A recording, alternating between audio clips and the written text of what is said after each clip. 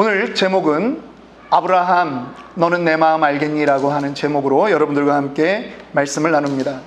오늘 저는 이 본문을 보면서 제가 평상시에 했던 질문 몇 가지를 같이 여러분들과 함께 나누면서 그렇게 접근해 보고자 하는 것입니다. 여러분, 지난 시간에 우리는 아브라함과 사라의 그 가정이 하나님 앞에 그의 나이 100살 그리고 사라의 나이 90세가 되었을 때 이삭이라고 하는 그 웃음이라고 하는 그 이름을 가진 자녀를 얻게 된 그러한 이야기를 저희가 하나님의 메시지로 받았습니다. 인생의 기다림 가운데 그들의 기다림 끝에 정말 하나님이 웃게 하신 그러한 기쁨을 맞이하게 되었다라고 하는 것입니다. 그런데 오늘은 22장에 넘어와서 정말 비극적인 아브라함의 가정에 드리운 그러한 문제들을 저희가 보게 되는 것입니다. 성실하게 이삭을 잘 키웠습니다. 그런데 하나님이 어느 날 찾아와서 너의 독자, 너의 사랑하는 아들 이삭을 모리아산에 데리고 가서 바치라고 하는 것입니다. 그런데 우리의 아브라함이 아마 이때 나이가 아마 모르긴 해도 학자들마다 견해는 좀 다릅니다. 보통 117세 그 정도 나이가 되지 않았을까. 이삭이 청소년의 나이로 그렇게 되었을 거라고 생각하는 사람도 있는 반면에 어떤 사람은 이삭의 나이 30세 정도로 그렇게 보기도 하는 것입니다. 너무나 어린 아이는 아니었다라고 하는 것입니다. 아브라함 그리고 종들과 함께 3일 길을 걸어갈 수 있는 청장년이었다라고 하는 것이죠. 그런데 아브라함이 그 하나님의 명령을 잘 순종합니다. 여러분, 질문 한번 해보겠습니다. 여러분들이 어떠한 과업을 잘 마쳤다면 여러분들은 어떠한 대가를 보상으로 받기를 원하십니까? 직장에서는요, 어떤 프로젝트를 잘 마치면 보너스라는 걸 줍니다. 그런데 오늘 아브라함이 받은 이 일을 끝마치고 아브라함이 받은 축복에 대해서 한번 생각해 보려고 합니다. 17절, 18절의 말씀입니다. 내가 네게 큰 복을 주고 네 씨가 크게 번성하여 하늘의 별과 같고 바닷가의 모래와 같게 하리니 네 씨가 그 대적의 성문을 차지하리라. 또 네 씨로 말미암아 천하 만민이 복을 받으리니 이는 내가 나의 말을 준행하였음이라 하셨다 하니라. 여러분, 우리가 창세기 지금 12장부터 22장까지 지금 오고 있는데요, 하나님이 아브라함에게 약속하신 그 복이 사실 이 두 구절에 다 들어가 있지 않습니까? 이삭을 바친 다음에 아브라함이 하나님으로부터 약속된 그 크나큰 복을 받는데 과연 이 복의 성질이 우리가 창세기 12장에서 이야기했던 것과 과연 그렇게 크게 다르냐라고 하는 질문을 제가 드리는 것입니다. 질문을 드리면 대답을 좀 하셔야죠. 저는 아브라함이 자식을 바치는 이 커다란 시험을 통과한 그 대가로 그 상급으로 받게 되는 그 복치고는 우리가 너무나 익숙하게 이미 많이 들었다라고 하는 복이라는 것이죠.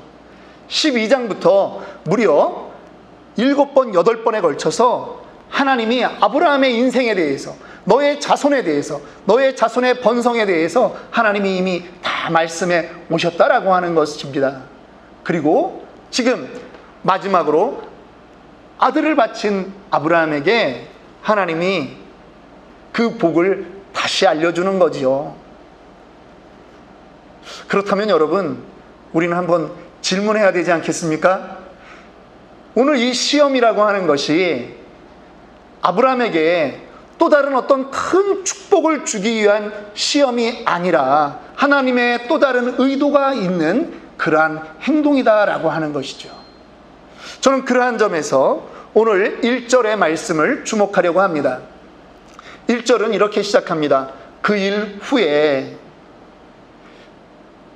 일 후에라고 했으니까 21장을 봐야 되겠죠? 21장에는 세 가지 사건이 기록되어 있습니다. 첫 번째, 아들 이삭이 태어난 사건입니다.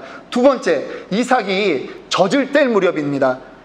보통 그 유대인들은 3살, 4살까지 젖을 먹였다고 합니다. 미니멈 만 3살까지 젖을 먹였다고 했을 때 그 젖대는 잔치를 크게 해줄 때 이스마엘, 이미 이 아이보다 17살, 18살 많은 그 나이를 가진 그 이스마엘, 하갈의 아들이 이 아들을 희롱한 것입니다. 그것을 보고 사라가 그 가정을 쫓아내기를 원하는 거죠. 그리고 결국 아브라함은 이 하갈과 이스마엘을 쫓아냅니다.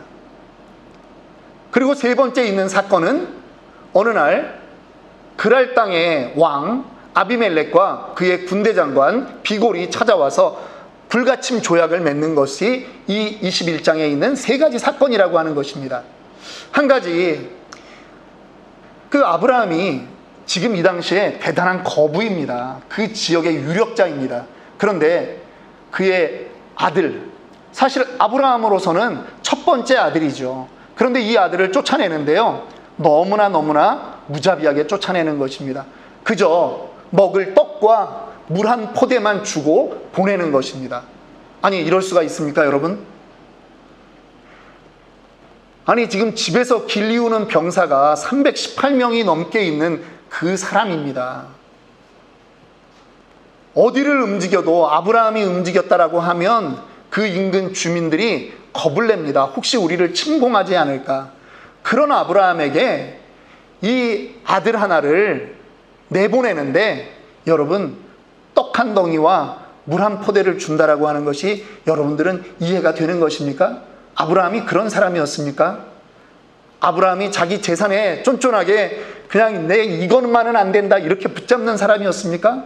아니, 그러면 소돔과 고모라가 멸망할 때 침공을 받았을 때 그가 군대를 이끌고 가서 자기의 조카의 일가족들을 데려오지 않습니까? 그리고 전략물들이 있지 않습니까? 노략물들이 있었습니다. 그런데 그것을 그가 다 멜기세덱에게 바치는 것 아닙니까? 그리고 그거 10분의 1을 바치고 그 다음에 소돔 왕에게 그래, 재물 너 가져가라 하는 그러한 일들을 하지 않습니까? 얼마나 대단한 사람입니까? 아브라함이 그렇게 물질에 연연해하는 사람이 아니었다라고 하는 거죠. 그런데 지금 아브라함이 자기의 아들과 자기의 첩을 내어 쫓는데, 여러분, 너무나 잔인할 정도로 떡 한 덩어리와 물 한 포대만 주고서 보내는 것입니다. 실제로 그들이 물이 떨어졌을 때 하갈이 죽기를 작정하고 울지 않습니까? 그리고 약 200-300m, 성경의 기록으로 보면 화살 한 번 쐈을 때 날아가는 그러한 범위만큼 가서 하나님께 울었다라고 그렇게 기록되어 있고요. 그때 천사가 나타나서 그들에게 물을 발견할 수 있도록 그렇게 하죠. 그런데 그 이어지는 말들이 무엇입니까? 이스마엘이 한 커다란 민족을 이루는 것입니다. 하갈이 애굽 여인을 취해서 이 며느리로 삼는 그러한 기록들이 나오는 것입니다. 저는 이 구절을 이해하기가 참 어려웠습니다. 왜 그랬을까? 그런데 저는 그 부분을 보면서 다시 한번 생각해 보게 된 것입니다. 아브라함의 믿음이 더욱더 급격하게 자라나고 있다라고 하는 것이죠. 아브라함은 지금 돈이 없어서 같이 떠나보낼 종들이나 재물이나 양이 없어서 그냥 떡 한 덩어리와 물 한 포대를 보낸 것이 아니라고 하는 것입니다. 아브라함은 신실하신 하나님을 믿게 된 것입니다. 이미 생산할 수 없는, 자녀를 낳을 수 없는 자신과 자신의 아내를 통해서 100세에 이 아들을 주셨다면, 하나님이 예전에 약속하셨듯이 그 이스마엘을 통해서 하나님이 큰 민족을 이루겠다라고 하는 그 약속은 하나님이 신실하게 이루어 가실 것이다 라고 하는 것이죠. 그것을 아브라함이 정확하게 믿었다라고 하는 것입니다.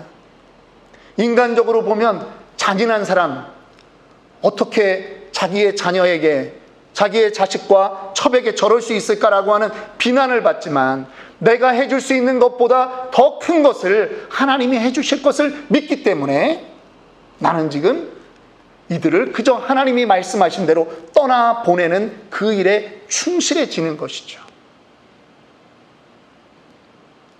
그렇게 하지 않으면 거부 아브라함이, 족장 아브라함이 이스마엘을 그저 떡 한 덩어리와 물 한 포대를 가지고 보내게 한 이 일은 어떻게 해서도 설명될 수 없다라고 하는 것이죠.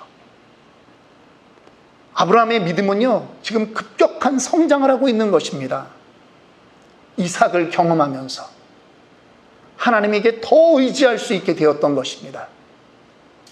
그리고 어느 날 그의 귀에 들리는 것입니다.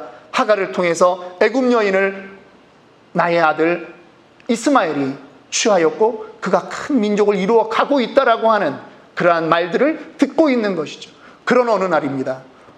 갑자기 자기가 99세에 이 블레셋 땅, 이 그랄 땅으로 들어왔을 때 그것을 다스리고 있던 왕 아비멜렉, 이 아비멜렉이라고 하는 말은요, 사람의 이름이 아닙니다. 그 지역에 쓰는 왕이라고 하는 호칭을 대신하는 것입니다. 예를 들면 우리 이집트에는 파라오라고 하죠. 바로가 있습니다. 우리 대한민국은 왕이라고 하죠. 그리고 중국은 뭐라고 합니까? 천자라고 합니다. 그렇게 쓰는 표현들입니다. 그런데 그 아비멜렉, 그 땅의 왕이 어느 날 다시 아브라함을 찾아온 것입니다. 그리고 나서 누구와 함께 오냐 하면 군대 장관이라고 하는 그 비골과 함께 옵니다. 그런데 무슨 얘기를 합니까? 우리 서로 침략하지 말자라고 하는 것을 이야기하는 것이죠. 아니, 아브라함이 언제 그런 액션을 취했습니까? 그런데 너무나 놀라운 것은 그들이 이미 아브라함에 대해서 두려움을 갖게 되었다라고 하는 것이고요, 영역에 대한 것들을 그들이 서로 구별을 짓겠다라고 하는 것입니다. 그러면서 그들이 맹세했던 우물이 있습니다. 부엘세바라고 하는 우물입니다. 부엘세바라고 하는 말은요, 여러분들 지금 기억해 두셔야 됩니다. 구약 성경을 보면 이스라엘의 영역을 표시할 때 쓰는 단어가 있습니다. 단에서 부엘세바까지라고 하는 말입니다. 단은 저 북쪽입니다. 갈릴리 위쪽을 말하고요, 부엘세바는 지금 이 아브라함이 거주했던 이 사해바다 옆쪽을 말하는 것입니다. 아브라함은 지금요, 어느 날 자기가 무슨 액션을 취하지도 않았는데 자기의 땅을 찾아온 그 그랄 왕 아비멜렉을 바라보면서 지금 놀라운 경험을 하는 것입니다. 하나님이 지금 나의 민족을 이 땅에서 이렇게 이끌어 가시겠구나라고 하는 것이죠. 자기가 그 사람을 찾아가서 우리 불가침 조약을 맺자 이래도 될까 말까인데 그들이 어느 날 찾아온 것이라는 겁니다. 그러면서 아브라함의 마음속에는 아마도 하나님이 지금 이 영역에 대해서 지금 선을 그어주고 계시구나라고 하는 것을 지금 믿게 되었을 그날 후에라고 하는 것입니다. 여러분에게 질문을 합니다. 여러분들이 학교를 정상적으로 다들 다녀보셨으니까 시험을 치르게 되죠. 학교를 다니면서 시험 없는, 요즘은 좀 한국에서 시험이 좀 초등학교에 시험이 많이 없어졌다라고 그렇게 이야기를 들었습니다. 그러나 시험 없는 나라, 시험 없는 학교는 없습니다. 고등학교 3학년까지 다 다니면 한국에서는 11월 약 셋째 주쯤에 무슨 시험을 봅니까? 학력고사를 보게 됩니다. 수능이라고 하죠, 요즘은. 수학 능력 평가를 보게 됩니다. 한국은 하루를 보는데 제가 살았던 중국에서는 따오카오라고 해가지고 이틀을 보더라고요. 이틀 동안 아주 온 나라가 그 시험 보는 거에 집중합니다. 여러분, 학교에서 선생님이 중간고사를 봐도 그렇고 기말고사를 봐도 그렇습니다. 시험을 볼 때 규정이 있습니다. 뭐죠? 가르친 범위까지 시험 문제 내게 된다는 거죠. 오늘 우리가 이 아브라함이 받은 이 시험을 보면서 저는 그런 생각을 해보는 것입니다. 하나님이 왜 이삭을 준 다음에 이삭이 젖을 뗄 무렵에 이런 시험을 주지 않고 하나님이 지금 이삭이 어느 정도 장성한 다음에 이 시험을 주었는가 하는 것입니다. 하나님 나름대로의 의미가 있다라고 하는 것이죠. 조금 전에 제가 21장에 세 가지 사건, 이삭의 탄생, 이스마엘의 분가, 그리고 아비멜렉과의 그 조약, 바로 이것이 하나님으로서는 이제 이 일들을 다 겪게 했으니 이제 시험을 치러도 되겠다라고 생각하셨던 것 같습니다.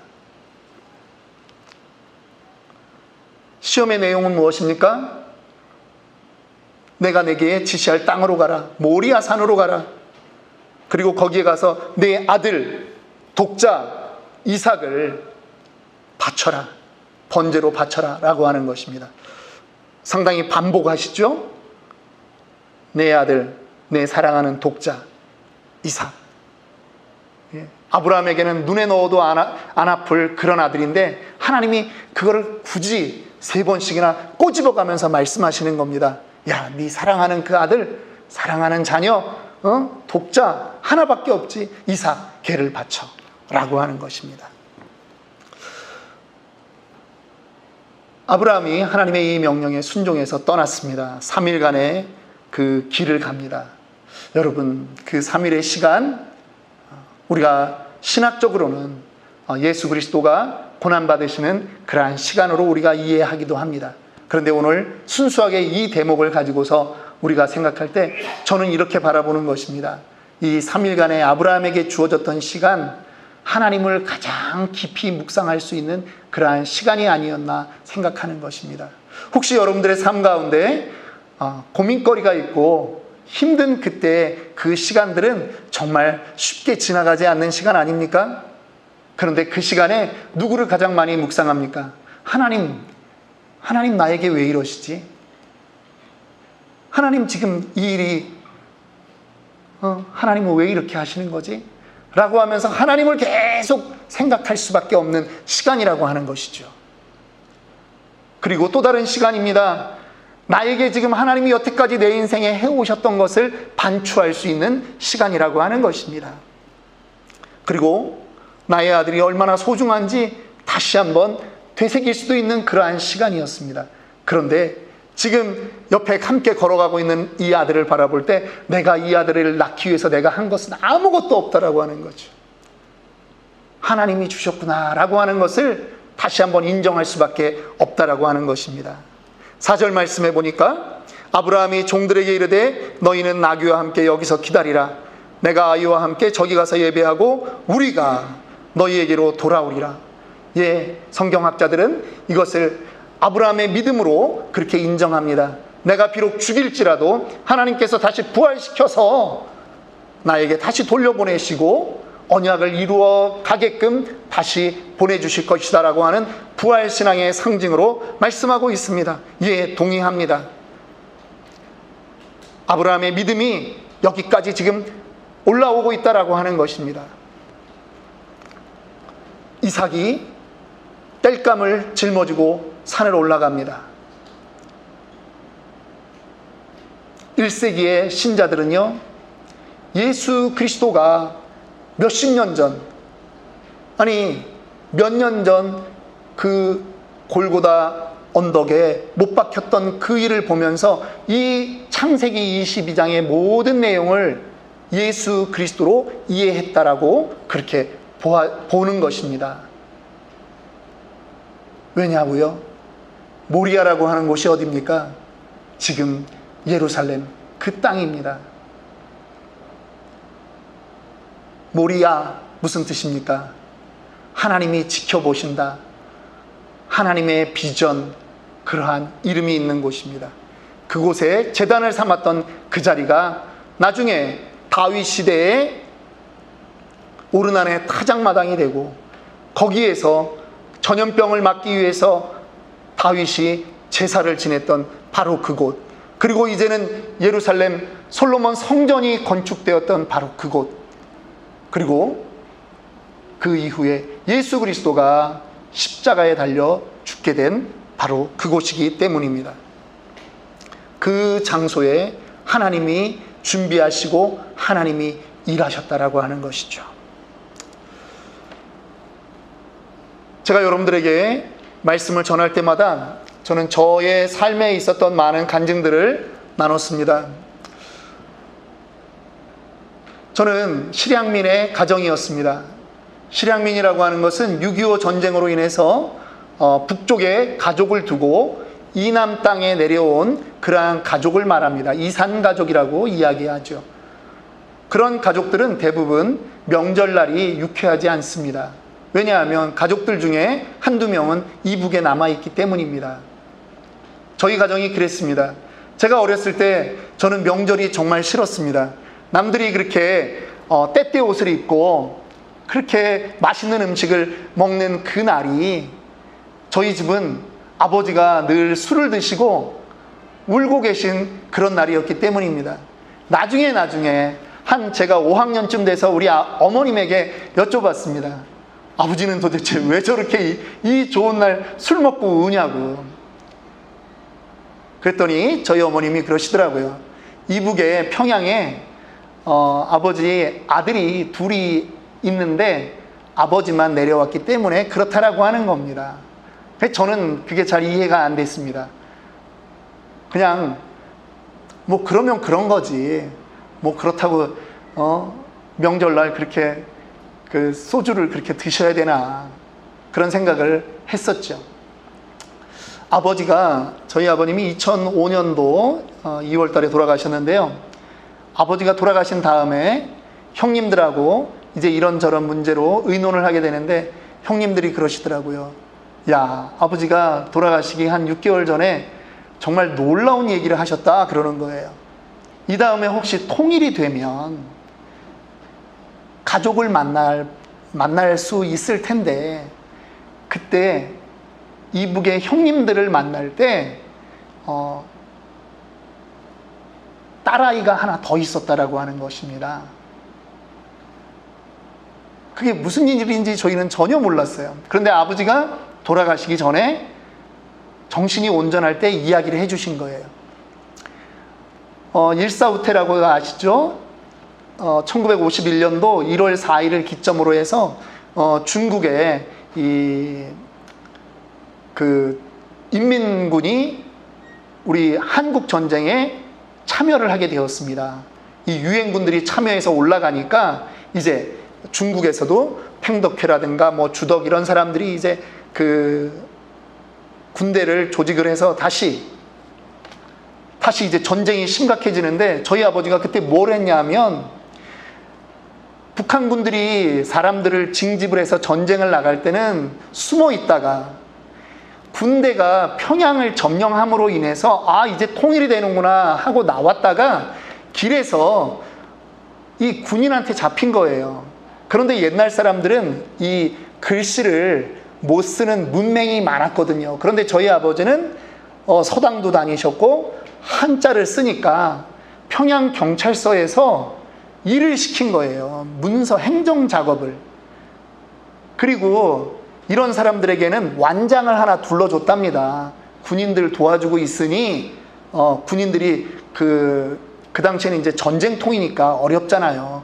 그러니까 군인들이 젊은 사람 보고 해코지 할 수도 있고 하니까 이 사람은 경찰서 일을 도와주고 있는 사람이다라고 하는 표시로 완장을 차게 했는데 약 1개월 정도 그 일을 도와주다가 어느 날 밤에 추운 겨울날 전세가 안 좋으니까 한 3주 정도 이남으로 후퇴했다가 다시 올라오면 된다 그래가지고 일주일 전에 낳은 딸의 이름을 지어주지 못하고 그 군인들 타고 내려가는 그 트럭을 타고 이 황해도까지 내려와서 배를 타고 뭐 진해까지 오시고 이제 이런 우리가 국제시장 이런 영화를 보면 이제 흔히 알게 되는 그러한 스토리가 된 거죠. 그러니까 아버지가 자기의 인생을 살면서 부르고 싶어도 부를 이름이 없는 딸이 하나 있었다라고 하는 것입니다. 저에게는 이 일이 그렇게 그 말을 들어도 물론 안타깝지만 제가 그것을 경험해 볼 일들이 별로 없었습니다. 그런데 제가 우리 큰 딸을 미국에 이제 2년간 유학을 보내놓고 그렇게 지내면서 어느 날 애가 미국 생활에서 좀 어려운 일들을 말할 때 우리 시대가 좋아서 우리는 다 전화기로 통화를 하면서도 마음이 아픈데 그 갓난아기를 떼놓고 왔던 우리 아버지의 심정은 어떠했을까라고 하는 그러한 생각의 교차점이 이루어지는 그러한 날이 있더라고 하는 것이죠. 미국에 와서 신학 공부를 하겠다라고 저희 둘째 딸만 데리고 왔습니다. 첫째 딸은 한국에서 그때 대학교 1학년을 들어갔습니다. 가끔 통화를 하다 보면 뭐 이런저런 어려움을 가끔 얘기할 때가 있습니다. 옆에서 해결해 주지 못하는 거죠. 여러분, 이럴 때 아버지의 마음이라고 하는 것이 저는 참 안타깝다라고 하는 그러한 것 이상의 그러한 의미가 새겨지더라고요. 그러면서 저에게 늘 떠오르는 분이 있었습니다. 그것은 바로 한평생 딸의 얼굴을 이제는 기억도 나지 않죠. 갓난아기의 얼굴, 그 얼굴이 그 얼굴 아니겠습니까? 일주일도 채 못 본 아이인데, 그러면서 제가 우리 아버지의 그 눈물을 이해할 수 있게 되었다라고 하는 것입니다. 여러분, 이제 말씀을 좀 마치면서요, 저는 오늘 하나님께서 이 아브라함에게 왜 이런 시험을 하셨는가라고 하는 그 본질적인 질문을 하려고 하는 것입니다. 더 큰 상급을 주기 위해서였다라면 오늘 창세기 22장 17절과 18절에 기록되었을 그 복의 내용들이 더 풍성하게, 더 많게 그렇게 기록되었어야 된다라고 하는 것입니다. 하나님이 아브라함에게 주시는 이 시험은요, 더 큰 축복을 주기 위한 시험이 아니라고 하는 것입니다. 하나님은 아브라함에게 이렇게 다가오시는 것입니다. 나의 벗 아브라함아. 이사야 41장 8절은 이렇게 기록하고 있습니다. 나의 종 너 이스라엘아, 내가 택한 야곱아, 나의 벗 아브라함의 자손아. 하나님은 아브라함을 친구로 여기셨다라고 하는 것입니다. 우리가 지난번에 창세기 18장에서 이미 배웠던 말씀입니다. 창세기 18장 17절에는 이렇게 기록되어 있습니다. 여호와께서 이르시되 내가 하려는 것을 아브라함에게 숨기겠느냐. 하나님은 아브라함을 이미 나의 친구로 받아들이셨고 하나님의 계획을 아브라함에게는 전부 다 보여줄 수 있었다라고 하는 것입니다. 하나님을 지금 우리 인간을 시험하는 스크루지 할아버지와 같은 그러한 존재로 기억하십니까? 아니라고 하는 것입니다. 하나님은 이미 우리에게 친구로 다가왔고 하나님 역시 친구에게 자기의 비밀을 털어놓고 계시다라고 하는 것입니다. 그래서 제가 오늘 여러분들에게 질문하는 것입니다. 이때 하나님은 이렇게 말씀하지 않았겠느냐 하는 것입니다. 아브라함아, 너는 내 마음 알겠냐?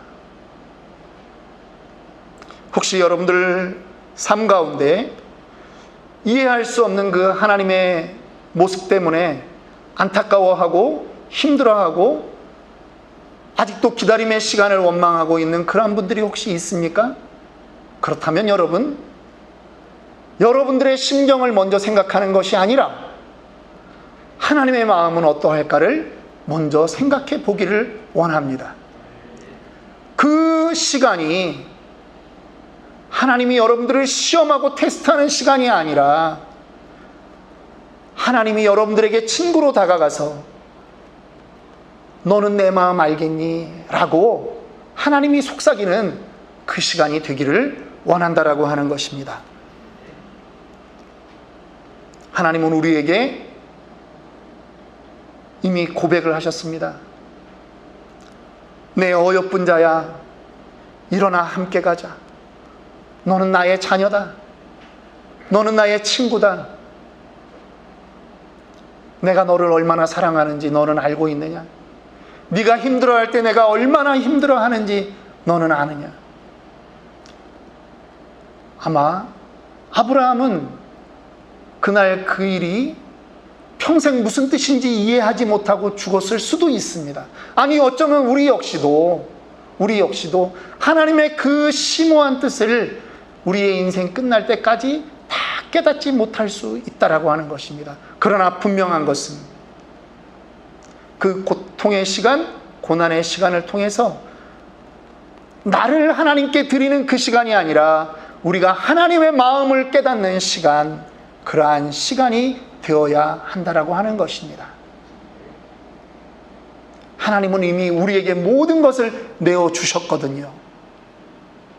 하나님은 이미 그의 사랑하는 독자 예수 그리스도까지 우리에게 이미 다 내어주셨는데 무엇을 더 시험하고 무엇을 더 야단치시겠습니까? 우리에게 어려움이 있다면 하나님이 원하는 그 질문은 단 한 가지입니다. 이것을 통해서 너희가 나의 마음을 가늠해보고 알아보면 좋겠다라고 하는 것입니다. 기도하겠습니다.